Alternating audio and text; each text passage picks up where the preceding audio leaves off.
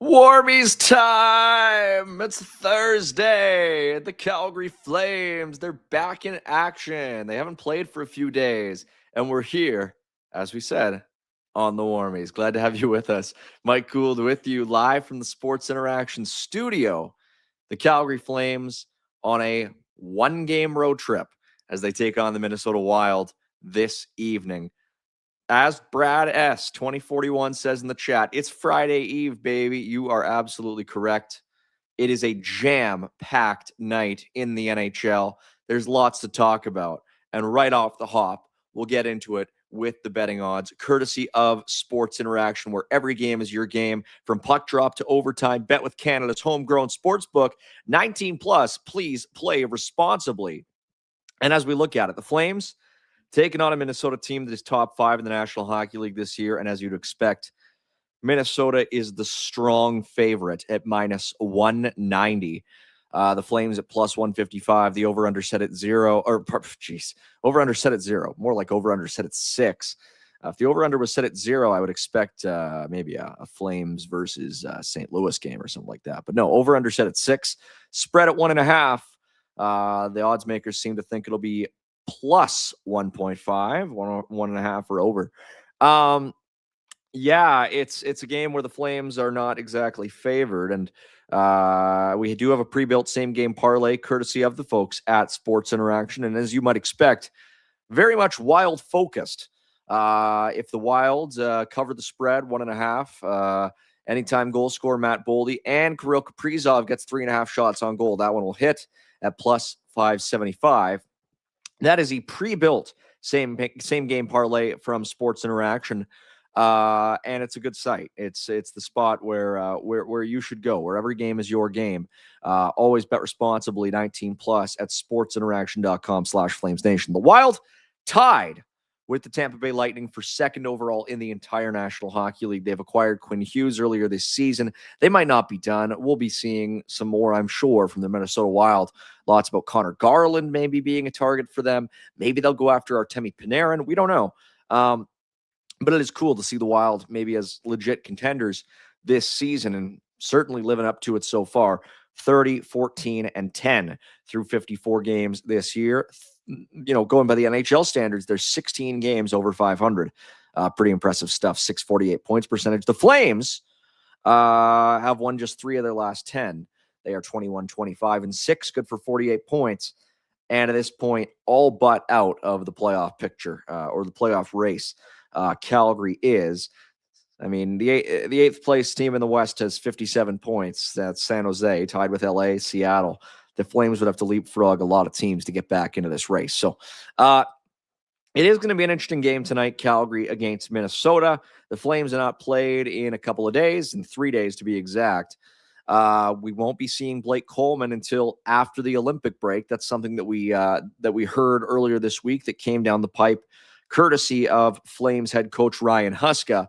And Jonathan Huberdeau as well, just still sort of taking maintenance days at practice. Wonder if he is 100% as well. We'll take you through the Flames lineup for today's game, starting with their forward group, which looks relatively familiar. 4 centers that we have come accustomed to seeing for this Flames team on a given night: Michael Backlund, Nazem Kadri, Morgan Frost, and Justin Kirkland. Matvei Gridin, the young rookie, playing on the third line with Huberdeau and Frost. Marty Pospisil still in the lineup as well. Good to see him continuing to progress in his return to the NHL, playing with Zary and Kadri.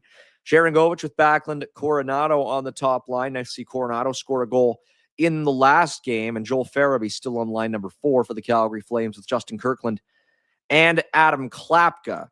On the defensive side of things, lots has happened in the Flames organization over the last little while as far as their defense is concerned, but these are some very familiar pairings. The only real change here is that Zach Whitecloud finally has an actual jersey from the graphic designers over at Daily Faceoff.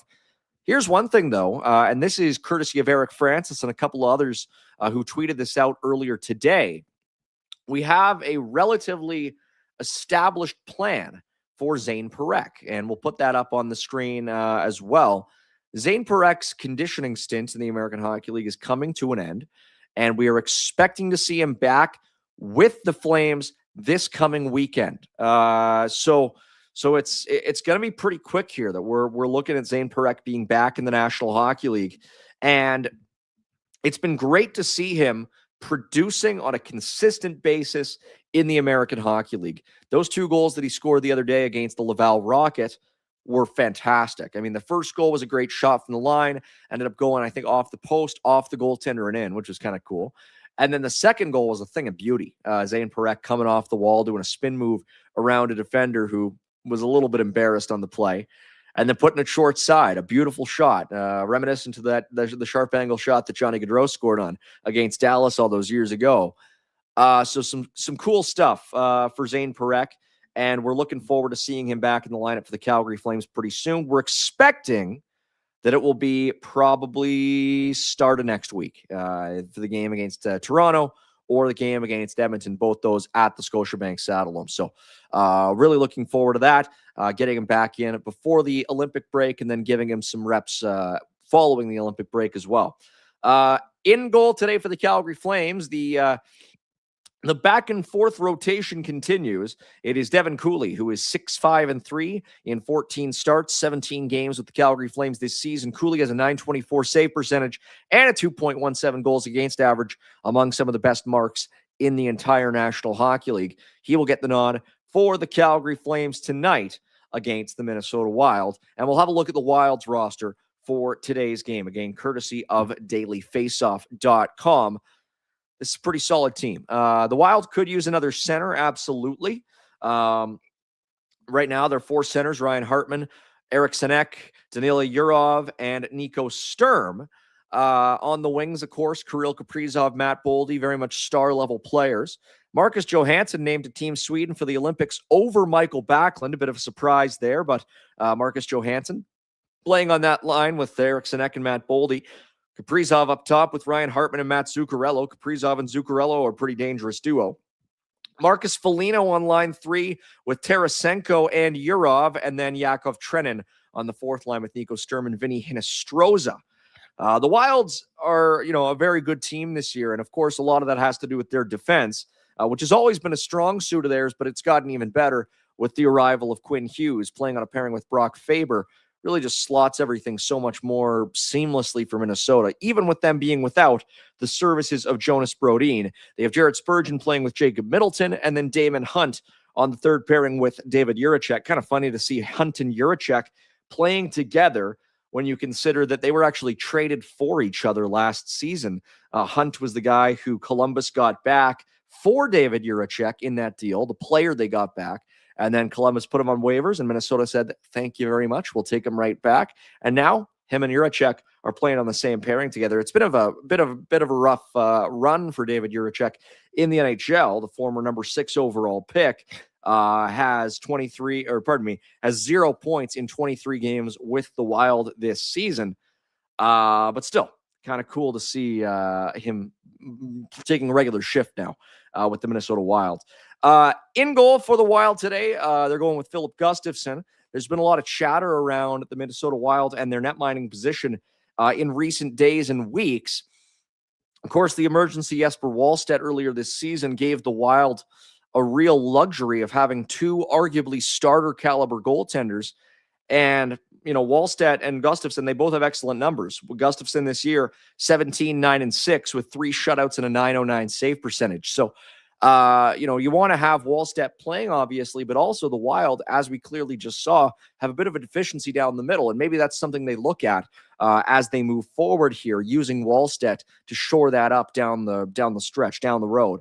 So for now, it is Gustafsson and Wallstedt as the tandem, and Gustafsson will go tonight for the Wild. He's a Team USA Olympian, or Team Sweden Olympian, I should say, who will be going to Milan next month. Flames, of course, only one representative, tied for the fewest in the National Hockey League. That is Marty Pospisil, heading to the Olympics. Good to see some familiar faces in the chat tonight. Shrimp on the Bobby asking, has Gould got some product in the hair? Nope. This is pure work product, if anything. Just, unwashed after a long day at the office. But hey, I appreciate the compliment, if that is one. Hey, yeah. It's I like this from Chuck Chasey. So where will Nazem Kadri go? This is interesting too. David Pagnotta, who appears on Daily Faceoff Rundown, Daily Faceoff Live from time to time, reporting yesterday that Kadri has not necessarily explicitly asked for a trade, but has made it known that he's open to it. And the thing that's interesting to me, and the thing that I think we'll be chatting about at Flames Nation over the Olympic break, is what exactly it means for the Flames centers going forward. Because with Nazem Kadri, obviously he has 3 years left after this one. I don't really think he's regressing. I think it's just a matter of the system that he's in, the circumstances that he's in, that is limiting his offense to a certain degree compared to what he managed last year.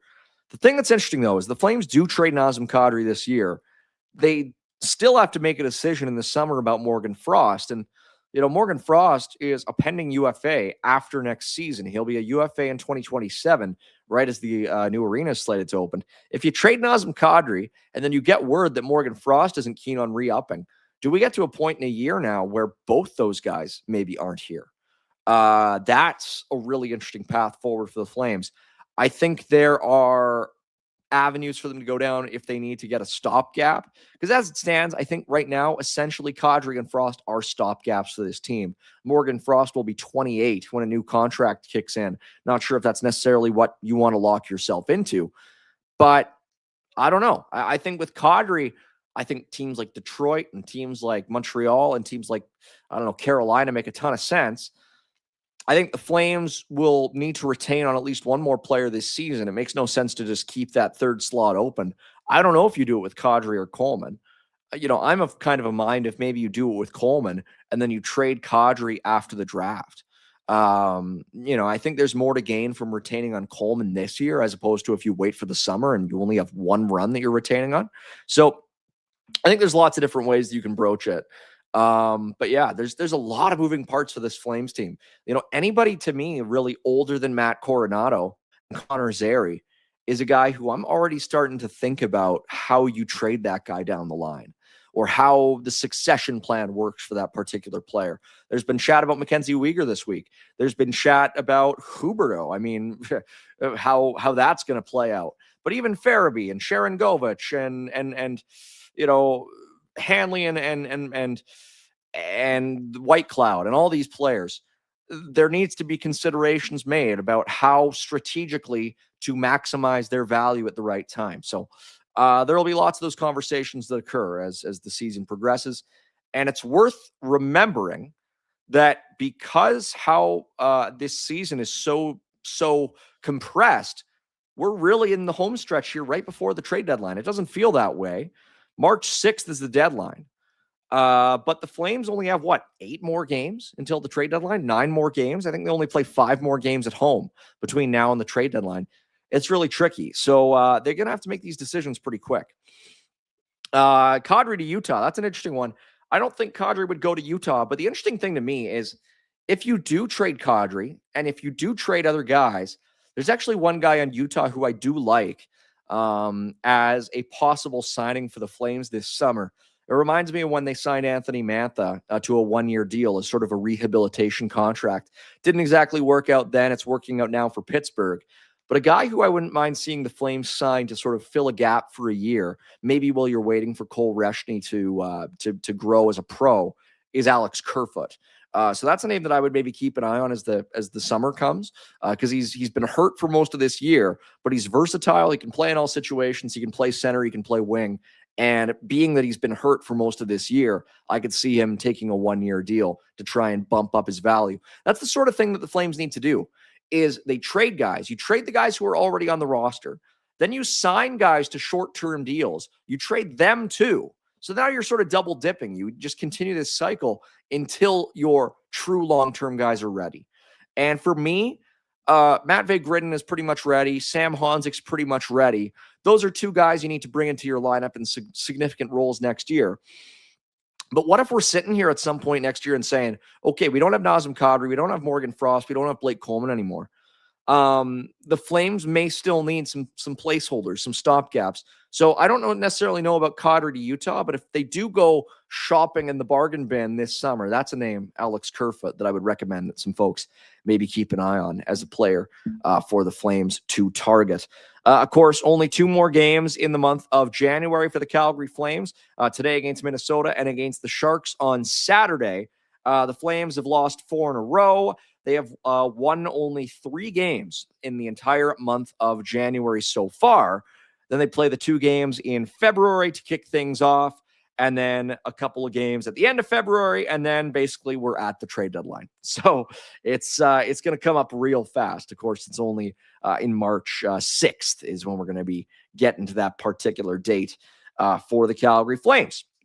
We'll have a look at the one of the props from the good folks over at Sports Interaction for today's game. Forget exactly which one I submitted to Michael. There we go. Anytime goal score for the Calgary Flames. 5 guys who we're looking at today. Of course, Jonathan Huberdeau did score for the Calgary Flames in their last game a couple of nights ago. Huberdeau getting his 9th goal of the season. It was a bit of a maybe not one that he drew up the way that he scored it, but it does count as a goal. And of course, it is absolutely in the Flames' best interests for Huberdeau to perform as well as he can. I mean, you'd prefer you'd prefer being able to eventually trade that guy over buying him out if that is the outcome down the line. It was Beckett Seneca with the hat trick for the Calgary Flames, for the Anaheim Ducks against the Calgary Flames. Back against the Anaheim Ducks earlier this week. Was Huberdeau, Hunter Brzustewicz, and Matt Coronado getting the goals for the Calgary Flames in that game. Good to see Brzustewicz get off the schneid, get his first goal under his belt. Sometimes sort of like Huberdeau, you can't get him in highlight reel fashion. You just got to get one. And maybe after that, it'll start to unfold a little bit more favorably for you. So good to see Brzustewicz get one. And then we'll see if maybe some of the guys on this list can chip in as well. The guys who have probably been playing the best in the month of January on this list are Backlund and Sharon Govich. Coronado has been, I would say, up and down. And then Kadri and Huberdeau have been a little disappointing. And of course, if the Flames are going to trade Kadri at some point this season, they need him to keep scoring as well. So lots of names to follow for the Calgary Flames in tonight's game. One more time, every game is your game when you bet with Sports Interaction. Get on the action with parlay boosts, live betting, and easy deposits and payouts. Bet now at sportsinteraction.com/FlamesNation. 19 plus, please play responsibly.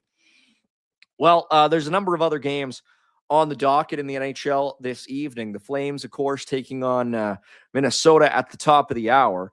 But here we are, where, there's a number of games with substantial ramifications, both as far as the playoff race is concerned and also as far as tanking is concerned, if you're on that side of the argument for the Calgary Flames. Here's some interesting ones on the docket tonight. Boston is up 2-0 over the Philadelphia Flyers right now in the first period at TD Garden. Goals from Pavel Zacha and Victor Arvidsson. The Buffalo Sabres are still just unbelievably hot. Matthias Samuelsson and Alex Tuch have them up 2-0 over the LA Kings. Montreal playing against the Quebec Nordiques or the Colorado Avalanche. What's going on in Colorado right now? They just lost to the Ottawa Senators, and now they're down 3-1 to Montreal after one at the Bell Center. Goals from Nick Suzuki ×2 and Noah Dobson for Montreal in that game. Brock Nelson has his 28th for Colorado. Tampa Bay up 1-0 over Winnipeg. Dominic James has his 5th of the year. Nashville up 1-0 over New Jersey, also in the first period. Michael Buchanan with his 3rd. The Islanders and Rangers wrapping up their home-and-home set. They're tied at 0s after 1 period of play at MSG. Chicago and Pittsburgh also tied, but they're tied at 1 after 1 in Pittsburgh. Connor Dewar and Connor Murphy with the goals. Carolina up 1-0 over Utah. Andrei Svechnikov has his 19th. And just moments ago, it looked like Patrick Kane had set the record for the all-time most points by an American, but the goal was called back for being offside. So Washington and Detroit are tied at 0 at Little Caesars Arena Games still to come. It is St. Louis hosting Florida, as Jux JC says, go Blues go. Edmonton hosting the San Jose Sharks. And then Vancouver playing Anaheim, Dallas visiting Vegas, and the Seattle Kraken playing host to the Toronto Maple Leafs. So yeah, lots of interesting storylines on tonight. How many games? 15 games on tonight. Only 2 teams not playing in the NHL tonight. So a very busy slate. Earlier today at dailyfaceoff.com, I published an article that I'm really proud of. And if you go check it out, I really appreciate it. I think it's kind of a fun one. The Casual Fan's Guide to the Eastern Conference Playoff Race. I've really been following this closely all year. And, for the folks out there who, really just focus on the Flames, I think it's a really interesting read. Because as it stands right now, we are, 52, 55 games through the year, and really only 2 spots locked down in all of the Eastern Conference. And a lot of these games that are going on tonight have a direct influence on that playoff picture. As far as, the East goes, I would say it's basically Tampa Bay, Carolina, and that's it. Those are the only 2 teams that right now I think have playoff spots locked down. And as far as teams that aren't going to make it, I think it's the New York Rangers, and that's it. I think every other team has a fighting chance at the very least of going on a run and getting in, with maybe the exception of the Toronto Maple Leafs, who I qualified as a hot mess in that particular article. But, we look at Buffalo. They're going on a crazy run right now, and I think they're legit. I've been saying this for a lot of the year. I think Buffalo has the horses to turn this around, and they have. I also think Detroit is kind of on the opposite side of that.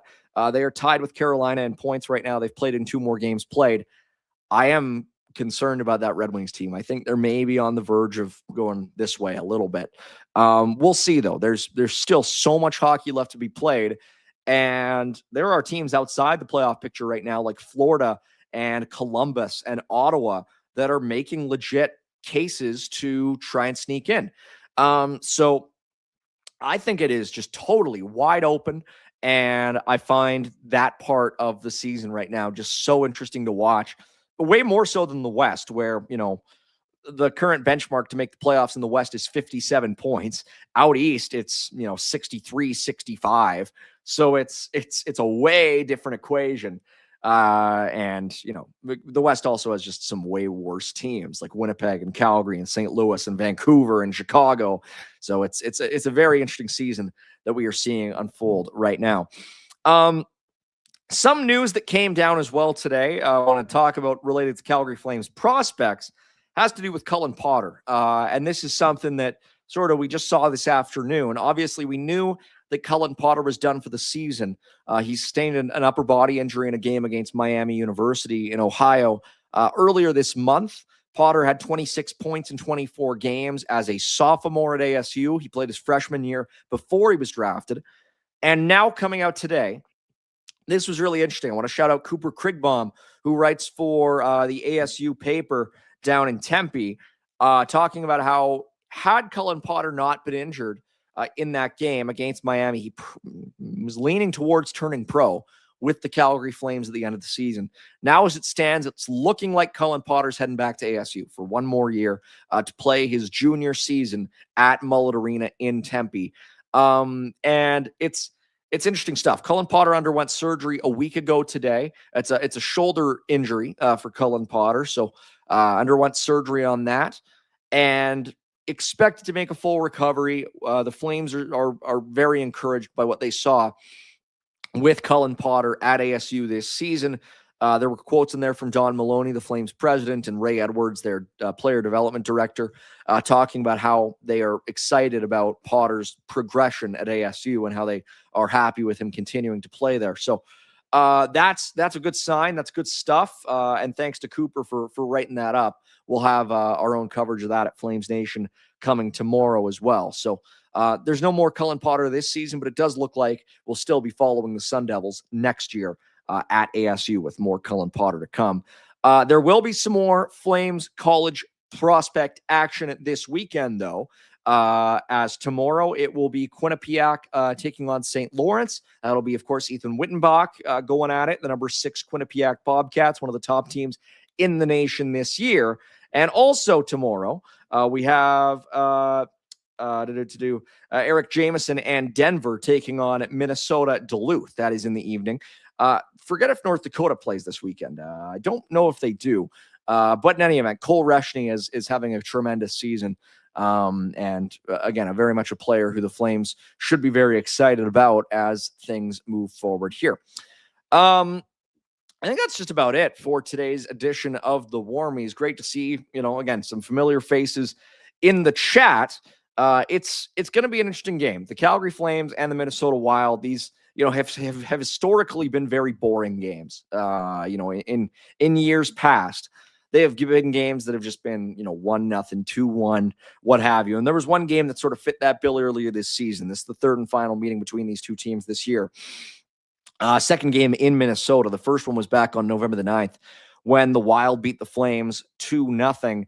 The Flames beat the Wild, though, in their most recent meeting back on December the 4th. It was a 4-1 game. The Flames won it. Goals from Huberdeau, Coronado, Zary, and Anderson in that one. And so that was a game that ended a 12-game point streak for the Minnesota Wild. And now here today, unless I'm much mistaken, I do believe this is the Flames' first time facing off against Quinn Hughes as a member of the Minnesota Wild. And in fact, I know that for sure because Zeev Boyum had an assist for the Wild in the last game, that 4-1 win for Calgary. So the first opportunity for the Calgary Flames to take on Quinn Hughes this year in Minnesota. And it's going to be a good one here in Minnesota tonight, I think. Before we head off, Jay Boy His, curious who's looking good for the 2027 draft. The two guys at the very top are Alexis Joseph and Landon Dupont. As it stands right now. Joseph is a forward with the St. John Sea Dogs in the QMJHL, the Quebec Maritime Junior Hockey League. He's got 42 points in 37 games this season. He's a 6'4" left shot center. Everything that I've heard about this year's draft and next year's draft is that this draft is extremely heavy on defensemen, and next year's draft is where the Flames can maybe get their number one center. Because, of course, even if the Flames do get a lottery pick this year, highly likely they're using it on a winger, whether it's McKenna or Ivar Stenberg. And, barring that, there's so many defensemen this year, whether it be Keaton Verhoff or Daxon Rudolph or Ryan Lynn or Albert Smits or a variety of other guys who play the blue line. And so next year, Alexis Joseph is this guy who seems to be a really exciting center prospect. And that's the big guy for next year. We do have a super chat. Proceeds from the super chat benefits the Youth Centers of Calgary. And this is from Shrimp of the Barbie. Will we ever see OHL offense from Hunter Brstevich? I don't think so. I mean, because Hunter Brstevich is, OHL offense was well over a point a game. And I don't think that's, ever going to be in the cards in Calgary. He scored 92 points in a single season with the Kitchener Rangers. But I do think there is untapped offensive upside there with Hunter B. I think this is a guy who reminds me a lot of TJ Brody when he was first cutting his teeth in the league. That's been my main comp for Brstevich for a long time, is TJ Brody. And at his best, Brody was a guy who was scoring sort of 30 to 40 points in a season.